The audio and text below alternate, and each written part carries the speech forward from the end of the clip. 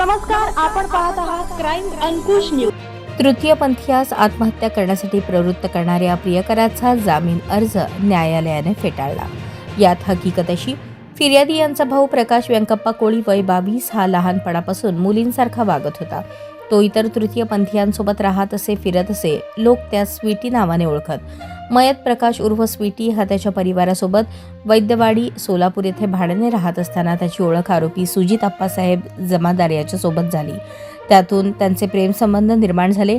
आरोपी सुजित याने मयत प्रकाश उर्फ स्वीटी यास मी आयुष्यभर तुझ्याच सोबत राहणार आहे, मी तुझ्याशिवाय इतर कोणासोबतही लग्न करणार नाही असे सांगितले। तसेच त्या दोघांनी सुमारे 1.5 ते 2 वर्षांपूर्वी लग्न केल्याबाबतचा व्हिडिओ बनवला होता। त्यानंतर आरोपी सुजित जमादार याने प्रकाश उर्फ स्वीटी यास वेगळी भाड्याने खोली करून दिल्याने प्रकाश हा मड्डी वस्ती सोलापूर येथे आला आणि त्यानंतर 5 ते 6 महिन्यांपासून बाळे येथे भाड्याने राहत होता। त्या दरम्यान आरोपी सुजित जमादार हा यातील प्रकाश उर्फ स्वीटी याच्या खोलीवर नेहमी ये जा करीत असे। 4 डिसेंबर 2025 रोजी रात्री प्रकाश उर्फ स्वीटी याने फिर्यादी यांच्या व्हॉट्सअप मोबाईलवरून मी फाशी घेऊन आत्महत्या करत असून माझ्या मृत्यूस सुजित जमादार कारणीभूत आहेत असा रडत व्हिडिओ पाठवला। फिर्यादी यांची बहीण ज्योती हिने फिर्यादीचा मित्र राम गायकवाड यांच्या मोबाईलवर फोन करून तुम्ही जवळच राहण्यास असल्याने प्रकाश हा फाशी घेत असून त्याला ते करण्यापासून रोखण्यास सांगितले।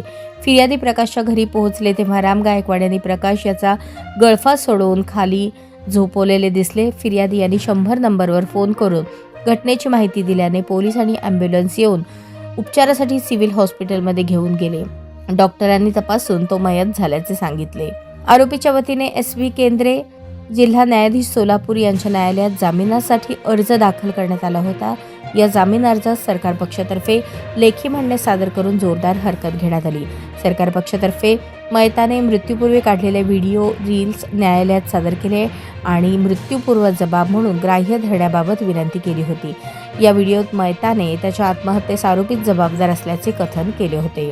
या प्रकरणात जिल्हा सरकारी वकील ॲडव्होकेट प्रदीप सिंग राजपूत यांचा युक्तिवाद ग्राह्य धरून आरोपीचा जामीन अर्ज न्यायालयाने फेटाळून लावला।